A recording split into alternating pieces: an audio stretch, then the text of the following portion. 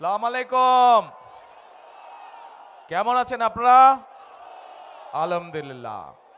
প্রিয় ভাই বোনেরা,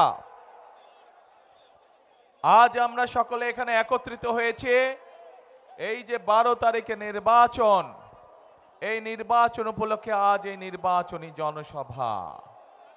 কিন্তু এই যে নির্বাচন হচ্ছে, যে নির্বাচনে ইনশাআল্লাহ বহু বছর পরে ঢাকা 6-এর অধিবাসী সহ সমগ্র বাংলাদেশের মানুষ তাদের ইচ্ছা মতন স্বাধীন মতন ভোট দিতে পারবে। কিন্তু এই যে অধিকার, এই অধিকার আদায় করার জন্য গত 16 বছরে এই বাংলাদেশের বহু সন্তান আত্মত্যাগ করেছে, শহীদ হয়েছে, গুমের শিকার হয়েছে, খুনের শিকার হয়েছে, হাজার হাজার লক্ষ লক্ষ মানুষ গায়েবী মামলার অত্যাচার, গায়েবী মামলার শিকার হয়েছে। হয়তোবা এই জনসভার মধ্যেও বহু মানুষ আছেন যারা গায়েবী মামলার শিকার হয়েছিলেন। দিনের পর দিন আদালতের বারান্দায় থাকতে হয়েছে, তা না হলে জেলখানায় থাকতে হয়েছে। এত ত্যাগ তিতিক্ষার পরে এই নির্বাচনের অধিকার আদায় হয়েছে। যেই স্বৈরাচার মানুষের অধিকার লুট করে নিয়েছিল, মানুষের রাজনৈতিক অধিকার, কথা বলার অধিকার, ভোট প্রদানের অধিকার লুট করে নিয়েছিল, গত 2024 সালের 5ই আগস্ট ছাত্র জনতার অভ্যুত্থানের ফলে সেই স্বৈরাচার এই দেশ ছেড়ে পালিয়ে যেতে বাধ্য হয়েছে। প্রিয় ভাই বোনেরা,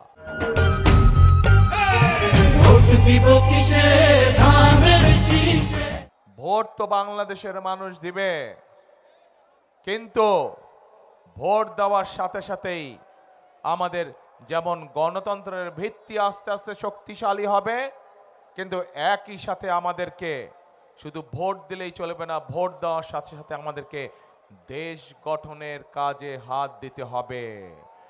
এই যে আপনাদের সন্তান ইশরাক হোসেন, ধানের শীষের প্রার্থী ইশরাক হোসেন, তার হাতে আমি আজকে আনুষ্ঠানিকভাবে ধানের শীষ তুলে দিলাম। আপনাদের এলাকার সন্তান, তারা বংশ পরস্পরায়, তারা এই এলাকার আসতে, ভাই কথা শুন, আগে ভাই কথা শুন, কথা শুন, আগে কথা শুন, তারপরে স্লোগান দিস।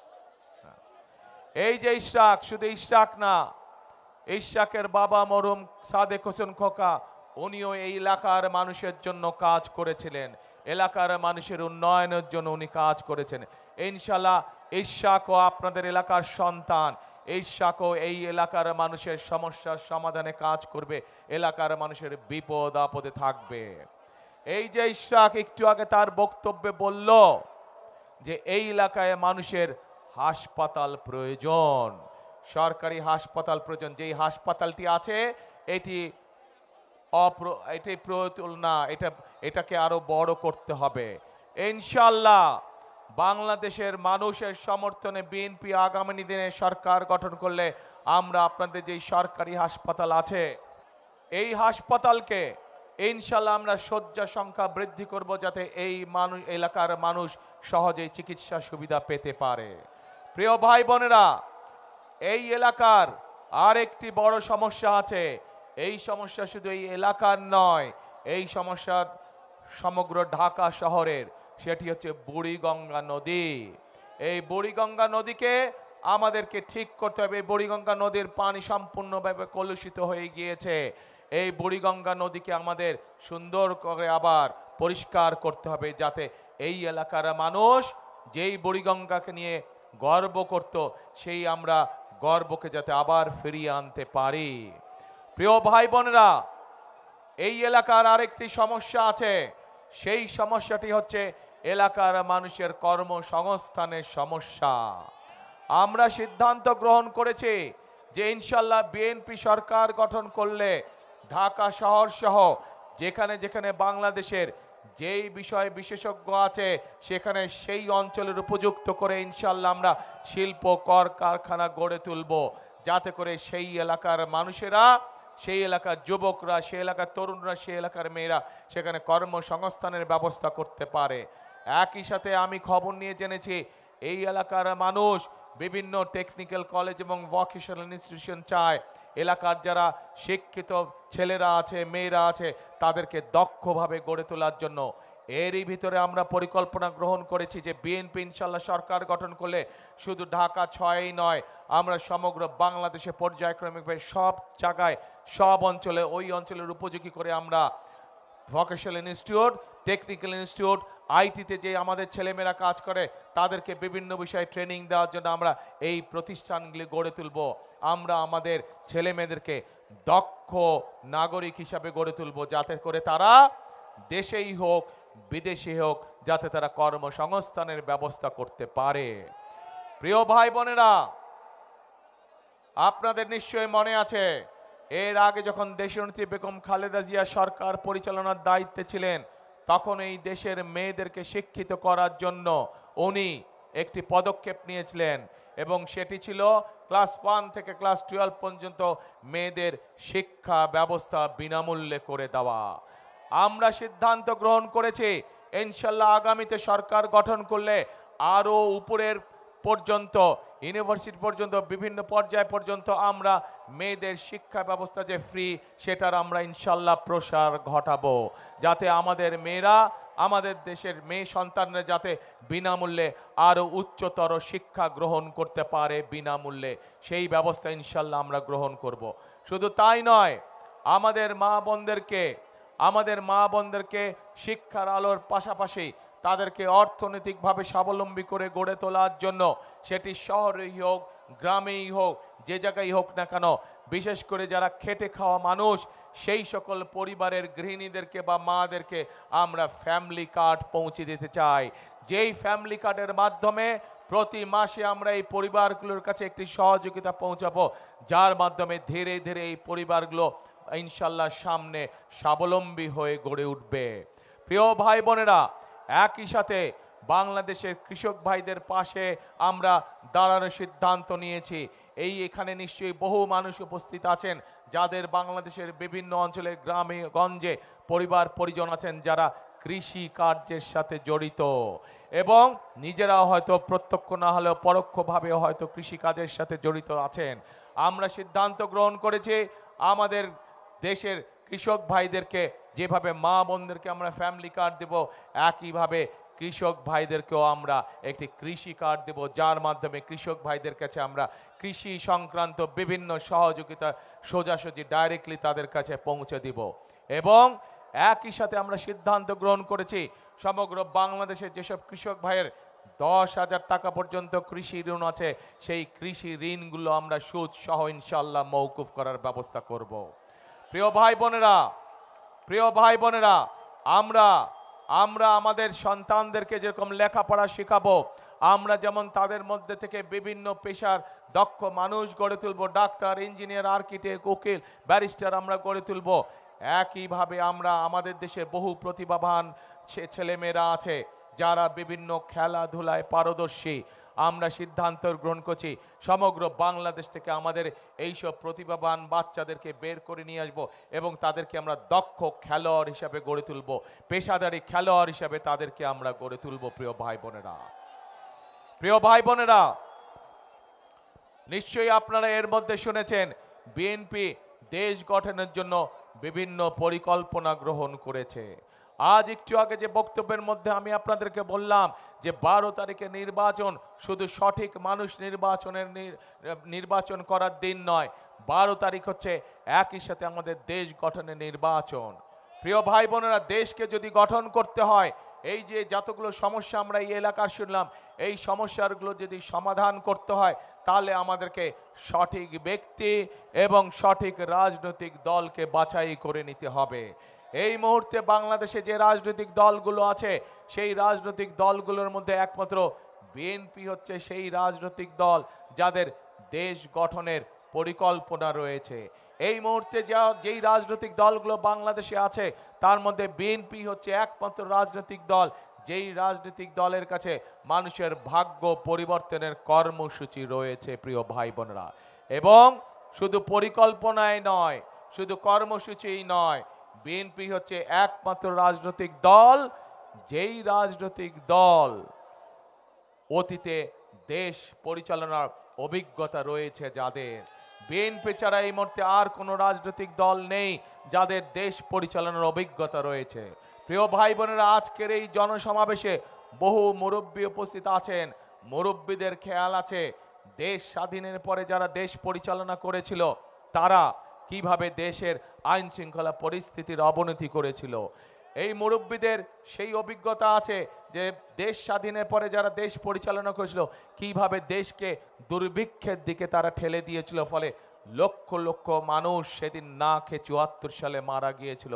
কিন্তু পরবর্তীতে যখন শহীদ রাষ্ট্রপতি জিয়াউর রহমান দেশ পরিচালনার দায়িত্ব পেলেন, উনি শুধু দুর্ভিক্ষের হাত থেকেই দেশকে রক্ষা করলেন না, বরং শহীদ রাষ্ট্রপতি জিয়াউর রহমান সেদিন বাংলাদেশে দ্বিগুণ খাদ্য উৎপাদন করেছিলেন, বরং খাদ্য রফতানি করা হয়েছিল এই বাংলাদেশ থেকে। শুধু তাই নয়, কঠোর হস্তে শহীদ রাষ্ট্রপতি জিয়াউর রহমান সেদিন বাংলাদেশের আইন শৃঙ্খলাকে রক্ষা করেছিলেন।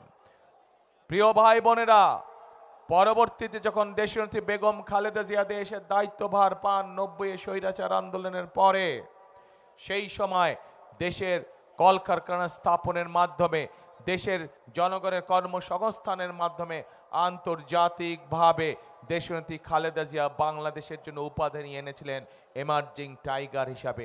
সারা বিশ্ব সেদিন স্বীকার করে নিয়েছিল যে বেগম খালেদা জিয়া, দেশনেত্রী খালেদা জিয়া বাংলাদেশকে অর্থনীতিকে শক্তিশালীভাবে গড়ে তুলেছিল, বাংলাদেশে কর্মসংস্থানের ব্যবস্থা করেছিল বাংলাদেশের মানুষের জন্য, এবং হাজার হাজার মিল কলকারখানা সেদিন স্থাপিত হয়েছিল বাংলাদেশের এই মাটিতে। শুধু তাই নয় প্রিয় ভাই বোনেরা, ৯৬ সালে যখন যেই স্বৈরাচার ৫ই আগস্ট দেশ ছেড়ে পালিয়ে গিয়েছে, আমরা দেখেছি বিগত ১৬ বছর ধরে বাংলাদেশে মেগা মেগা প্রজেক্ট হয়েছে এবং এই মেগা প্রজেক্টের অন্তরালে মেগা দুর্নীতি স্থান করে নিয়েছিল। আমরা দেখেছি এই অন্তর্বর্তীকালীন সরকারের সময় মানুষের সামনে তথ্য প্রকাশ করা হয়েছে যে স্বৈরাচার পালিয়ে গেছে তাদের সময় প্রতি বছর $১৬ বিলিয়ন করে এই দেশ থেকে পাচার করে দেওয়া হতো। এই স্বৈরাচারের দল যখন ৯৬ সালে ক্ষমতায় আসে, ক্ষমতায় আসার পরে তারা বাংলাদেশে কে দুর্নীতির শীর্ষস্থানে নিয়ে গিয়েছিল, কিন্তু ২০০১ সালে যখন দেশনেত্রী খালেদা জিয়া জনগণের পক্ষ থেকে আবার দেশ পরিচালনার দায়িত্ব পান, তখন দেশনেত্রী খালেদা জিয়া কঠোর হস্তে দুর্নীতি দমন করেন এবং ২০০৫ সালে দেশনেত্রী খালেদা জিয়া দুর্নীতির কলঙ্ক থেকে বাংলাদেশকে মুক্ত করে নিয়ে এসেছিলেন। প্রিয় ভাই বোনেরা, সেজন্যই আপনাদের সামনে আমি বলেছি যে আমাদের যতগুলো পরিকল্পনা আছে, আমাদের যতগুলো কর্মসূচি আছে, এই কর্মসূচিগুলোকে যদি সফল করতে হয়, এই কর্মসূচিগুলোর সুফল যদি জনগণের কাছে পৌঁছে দিতে হয়, তাহলে দুটি কাজ আমাদেরকে অবশ্যই করতে হবে। একটি হচ্ছে দুর্নীতিকে কঠোর হস্তে আমাদের দমন করতে হবে, দুর্নীতির লাগাম টেনে ধরতে হবে, এবং একই সাথে দেশের মানুষের আইন শৃঙ্খলা নিশ্চিত করতে হবে প্রিয় ভাই বোনেরা। এবং এই দুইটি কাজে বিএনপি সফলভাবে অতীতে করেছে, কাজে এই কাজ করার অভিজ্ঞতা একমাত্র বাংলাদেশে এই মুহূর্তে বিএনপি নামক যে দলটি, সেই রাজনৈতিক দলেরই এই অভিজ্ঞতা রয়েছে।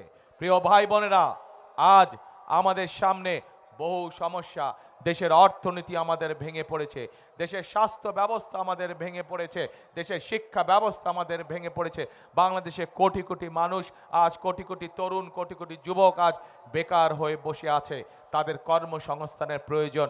আমাদের শিক্ষার জন্য আগামী প্রজন্মের শিশুদের শিক্ষা ব্যবস্থাকে আমাদের গড়ে তুলতে হবে।